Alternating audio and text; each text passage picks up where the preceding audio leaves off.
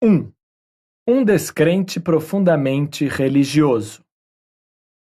Não tento imaginar um Deus pessoal. Basta admirar assombrado a estrutura do mundo, pelo menos na proporção em que ela se permite apreciar por nossos sentidos inadequados. Albert Einstein. Respeito merecido.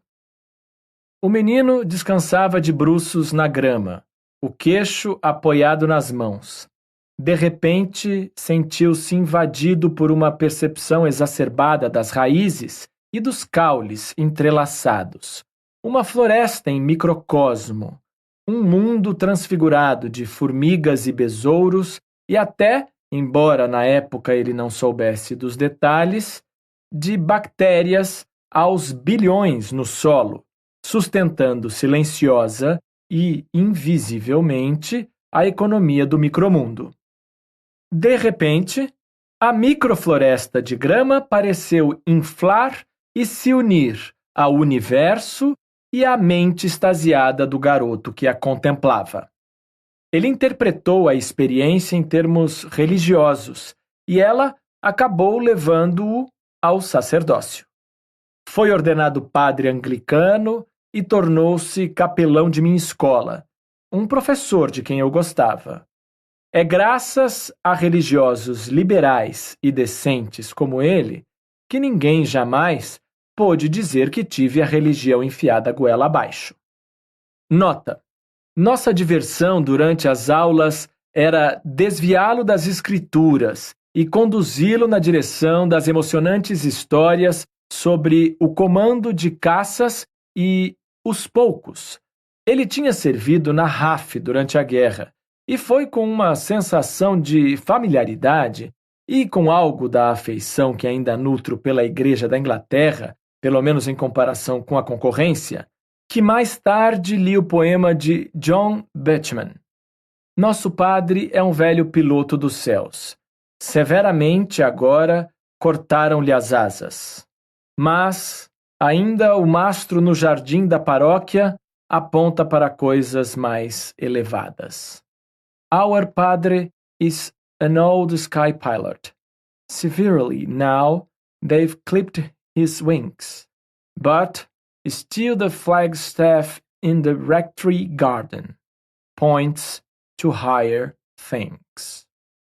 Em outro tempo e lugar, aquele menino podia ter estado sob as estrelas, fascinado pela Órion, pela Cassiopeia e pela Ursa Maior, com lágrimas nos olhos pela música inaudível da Via Láctea, intoxicado pelo perfume noturno dos jasmins e das solandras, num jardim africano. Não é fácil responder por que motivo a mesma emoção levou meu capelão para uma direção e a mim para outra. A reação, como que mística, à natureza e ao universo, é comum entre cientistas e racionalistas.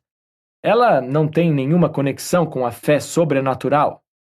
Em sua meninice, pelo menos, presumo que meu capelão não conhecesse, como eu também não conhecia, as linhas que encerram a origem das espécies, o famoso trecho da margem emaranhada, com pássaros cantando nos arbustos, com vários insetos revoando e com vermes rastejando pela terra úmida. Nota do tradutor. Tradução direta do inglês. A versão consagrada em português é a de Eugênio Amado, Origem das Espécies, Itatiaia, 2002. Se ele as conhecesse, certamente teria se identificado com elas. E em vez de ao sacerdócio, teria sido levado na direção da visão de Darwin de que tudo foi criado por leis que atuam à nossa volta. Assim, é da guerra da natureza, da fome e da morte que deriva diretamente o mais exaltado objeto que somos capazes de conceber, a produção de animais superiores. A grandeza nessa visão da vida, com seus tantos poderes tendo sido originalmente insuflados em algumas poucas formas ou em apenas uma, e de que, enquanto este planeta girava seguindo a lei imutável da gravidade, de um começo tão simples, infinitas formas, as mais belas e as mais maravilhosas, evoluíram e continuam evoluindo. Carl Sagan escreveu, em pálido ponto azul: como é possível que praticamente nenhuma religião importante tenha olhado para a ciência e concluído: isso é melhor do que imaginávamos. O universo é muito maior do que disseram nossos profetas, mais grandioso, mais sutil, mais elegante? Em vez disso, dizem: não, não, não. Meu Deus é um Deus pequenininho e quero que ele continue assim. Uma religião, antiga ou nova, que ressaltasse a magnificência do universo, como a ciência moderna o revelou, poderia atrair reservas de reverência e respeito que continuam quase intocadas pelas crenças convencionais. Todos os livros de Sagan tocam no nervo exposto do assombro transcendente monopolizado pela religião nos últimos séculos. Meus livros têm a mesma aspiração. Em consequência disso, muitas vezes me vejo descrito como um homem profundamente religioso. Uma estudante americana me escreveu dizendo que tinha perguntado ao seu professor se ele tinha uma opinião sobre mim. É claro, ele respondeu. Ele tem certeza de que a ciência é incompatível com a religião, mas vive se extasiando com a natureza e com o universo. Para mim, isso é religião. Mas será religião a palavra certa? Acho que não. O físico e prêmio Nobel Steven Weinberg defendeu a questão melhor que ninguém em Sonhos de uma Teoria Final. Algumas pessoas têm uma visão de Deus tão ampla e flexível que é inevitável que encontrem Deus onde quer que procurem por ele. Ouvimos que Deus é o Supremo, ou que Deus é nossa melhor natureza, ou que Deus é o universo. É claro que, como qualquer outra palavra, a palavra Deus pode ter o significado que quisermos. Se alguém quiser dizer que Deus é energia, poderá encontrar Deus num pedaço de carvão. Weinberg está bem certo quando diz que, para que a palavra Deus não se torne completamente inútil, ela deve ser usada de modo como as pessoas normalmente a entendem, para denotar um Criador sobrenatural, adequado à nossa adoração. Infelizmente, a indistinção entre o que se pode chamar de religião einsteiniana e a religião sobrenatural causa muita confusão. Einstein, às vezes, invocava o nome de Deus, e ele não é o único cientista ateu a fazer isso, dando espaço para mal-entendidos por parte de adeptos do sobrenaturalismo, loucos para interpretá-lo mal e reclamar para o seu time, pensador tão ilustre. O final dramático, ou seria malicioso, de Uma Breve História do Tempo, de Stephen Hawking, pois então conheceremos a mente de Deus, é notoriamente mal interpretado. Ele levou as pessoas a acreditar, erroneamente, é claro, que Hawking é um homem religioso. A bióloga celular Ursula Goodnow, em The Sacred Depth of Nature, As Profundezas Sagradas da Natureza, soa ainda mais religiosa que Hawking e Einstein.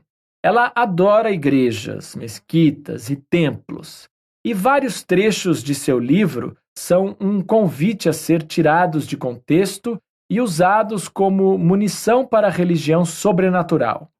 Ela chega até a chamar a si mesma de naturalista religiosa, mas uma leitura cuidadosa mostra que, na verdade, ela é uma ateia tão convicta quanto eu. Naturalista é uma palavra ambígua.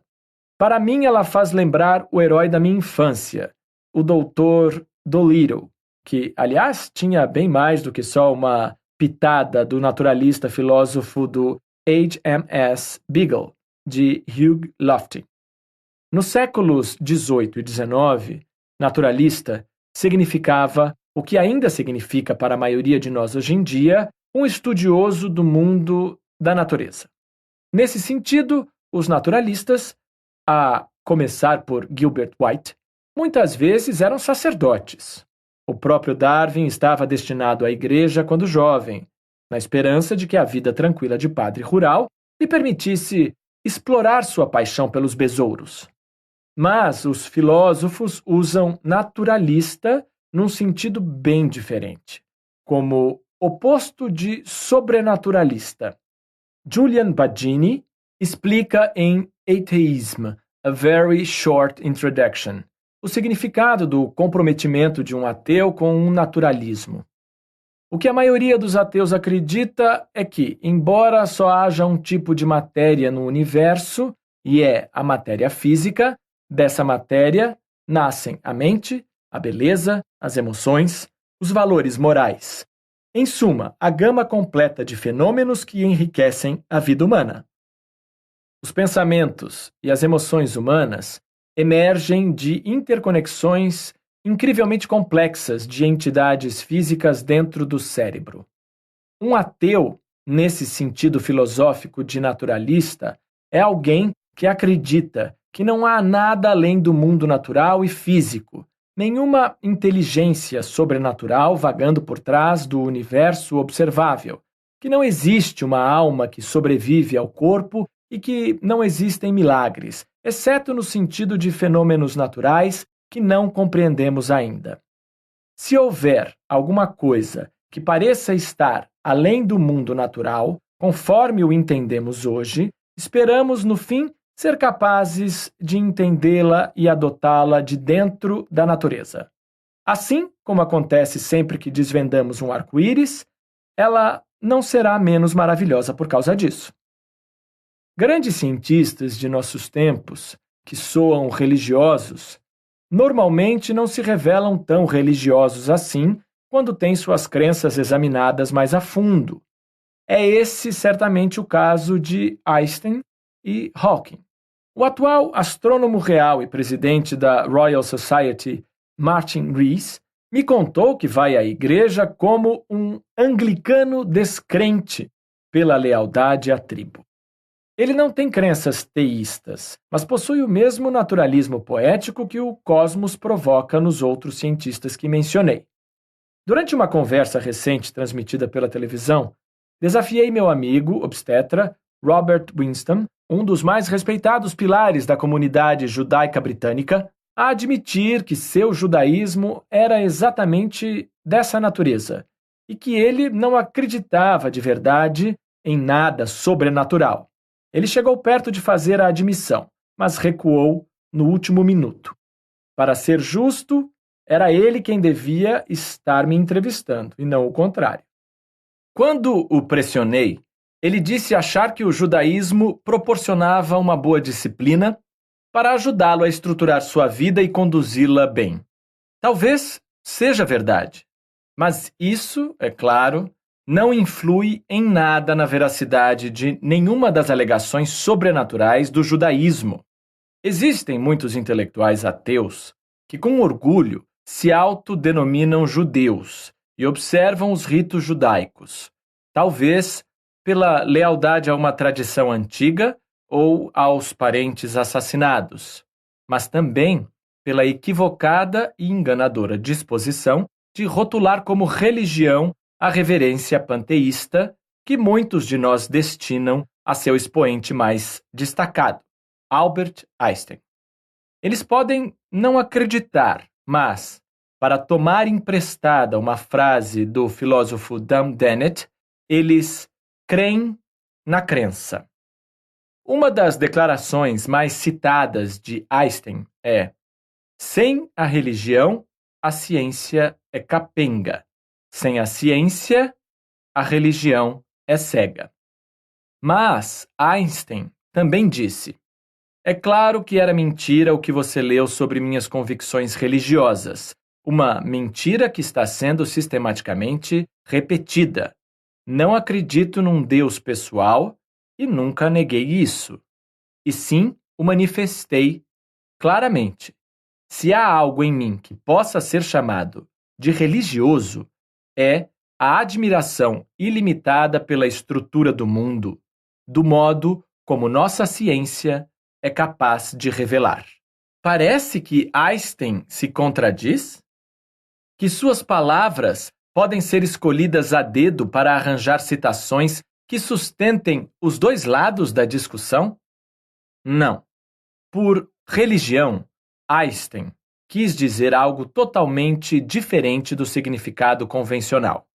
Conforme eu prosseguir esclarecendo a distinção entre a religião sobrenatural, de um lado, e a religião einsteiniana, do outro, tenha em mente que só estou chamando de delírio os deuses sobrenaturais.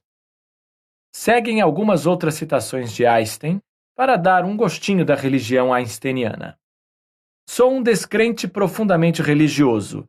Isso é, de certa forma, um novo tipo de religião.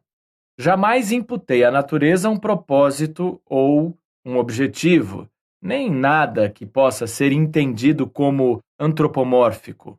O que vejo na natureza é uma estrutura magnífica que só compreendemos de modo muito imperfeito e que não tem como não encher uma pessoa racional de um sentimento de humildade.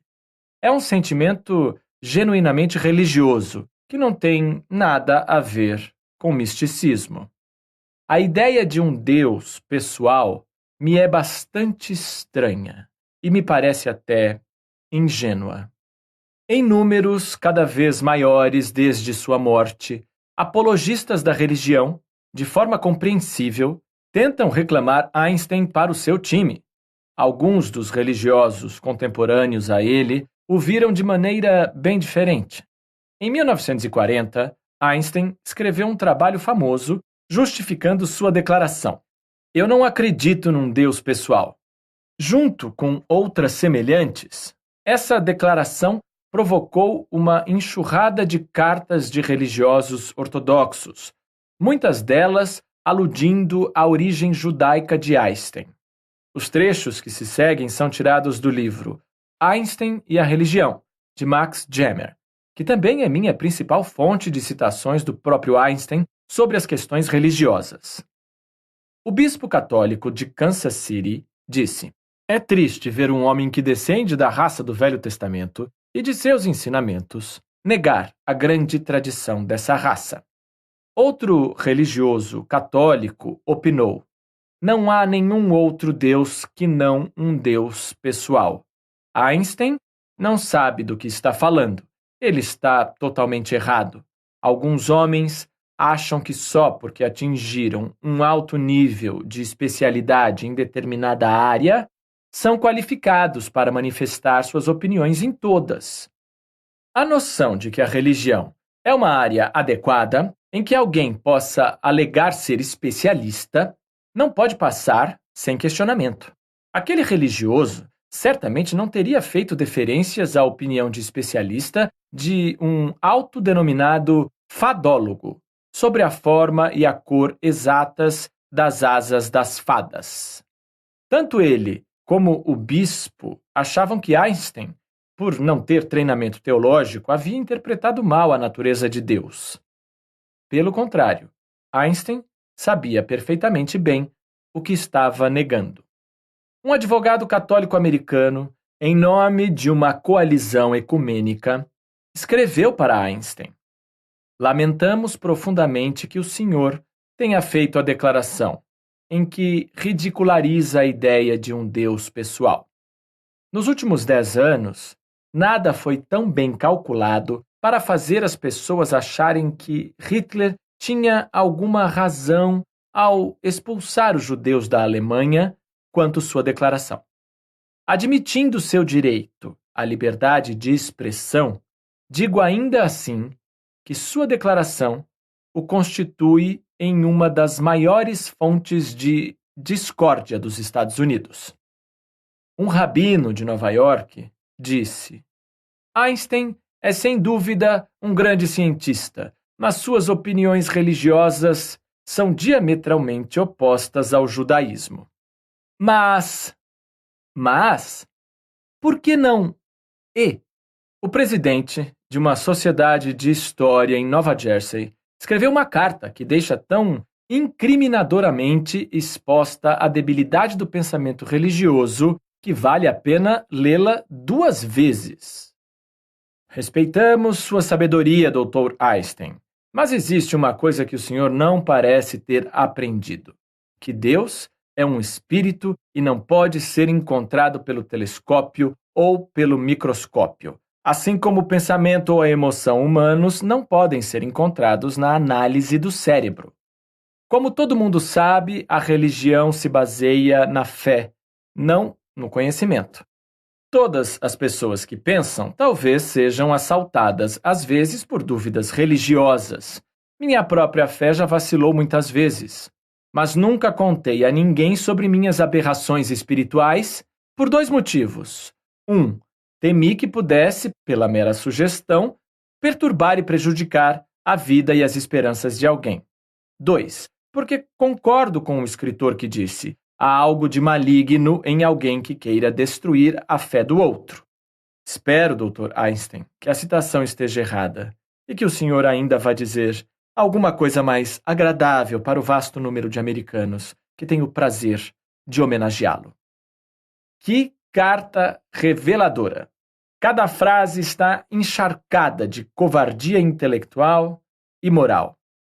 Menos abjeta, mas mais chocante, foi a carta do fundador da Associação do Tabernáculo do Calvário, em Oklahoma. Professor Einstein, acredito que todo cristão nos Estados Unidos vai lhe responder: não vamos abrir mão de nossa crença em nosso Deus e em seu Filho Jesus Cristo. Mas o convidamos, se o senhor não acredita no Deus do povo desta nação, a voltar ao local de onde veio. Fiz tudo o que podia para ser uma bênção para Israel, e vem o Senhor com uma declaração de sua língua blasfema e faz mais para prejudicar a causa de seu povo que todos os esforços dos cristãos que amam Israel são capazes de fazer para acabar com o antissemitismo em nossa terra. Professor Einstein, todo cristão dos Estados Unidos vai imediatamente lhe responder: pegue sua teoria maluca e mentirosa da evolução e volte para a Alemanha, de onde veio.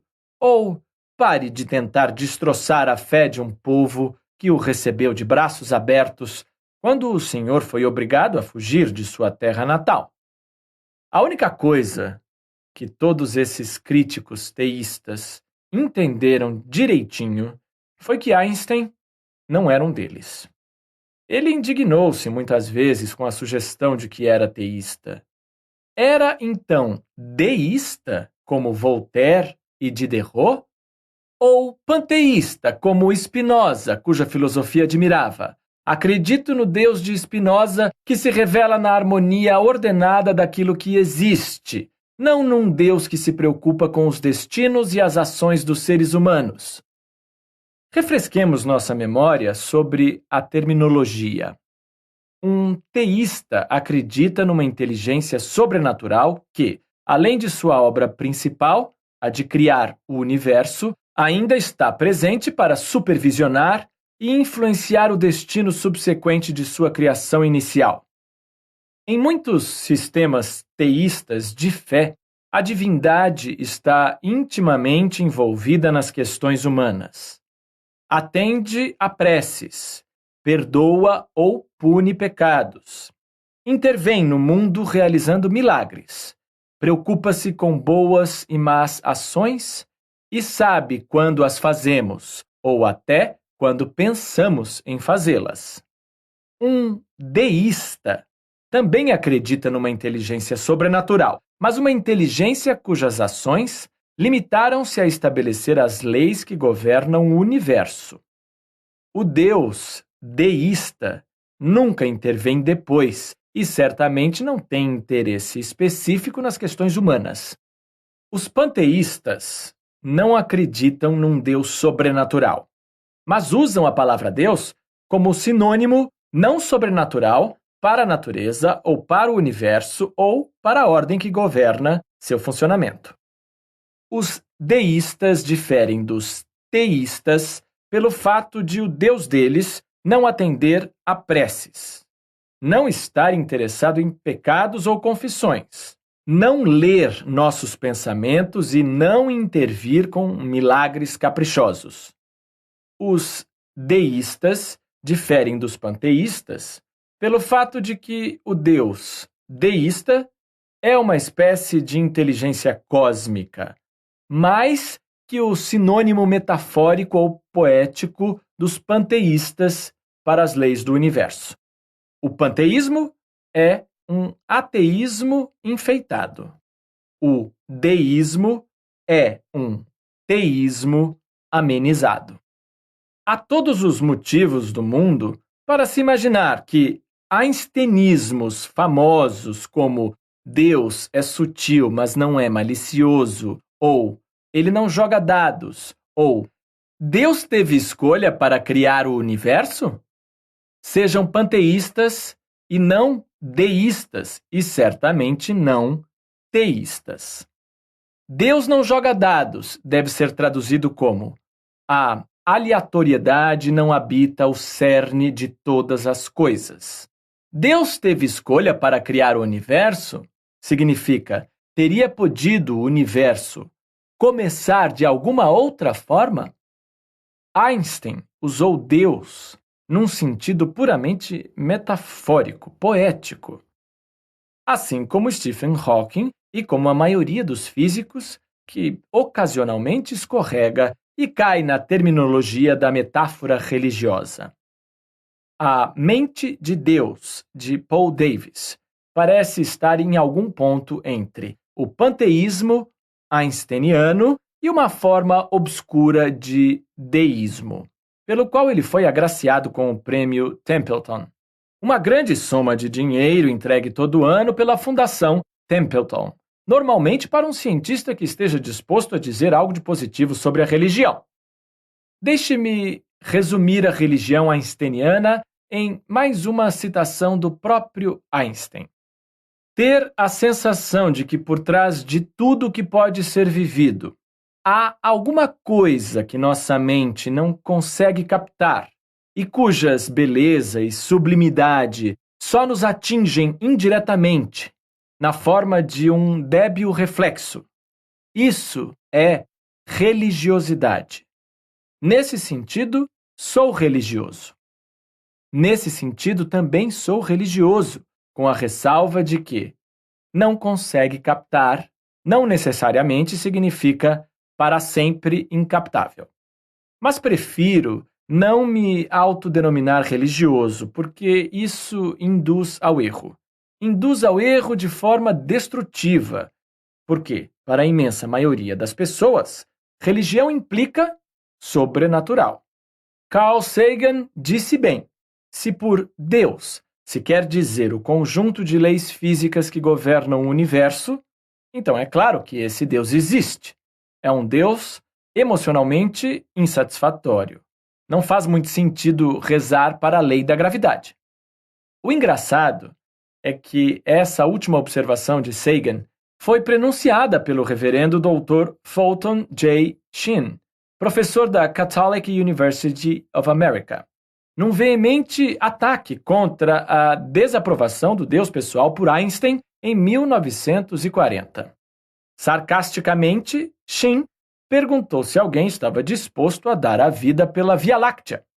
Aparentemente, ele achava que estava mesmo investindo contra Einstein, pois acrescentou: só há um problema com sua religião cósmica.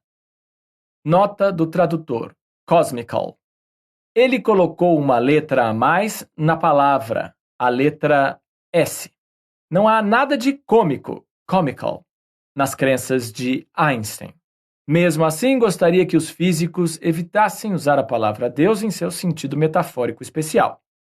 O Deus metafórico ou panteísta dos físicos está a anos-luz de distância do Deus intervencionista, milagreiro, telepata, castigador de pecados, atendedor de preces da Bíblia dos padres, mulás e rabinos, e do linguajar do dia a dia. Confundir os dois deliberadamente é, na minha opinião, um ato de alta traição intelectual.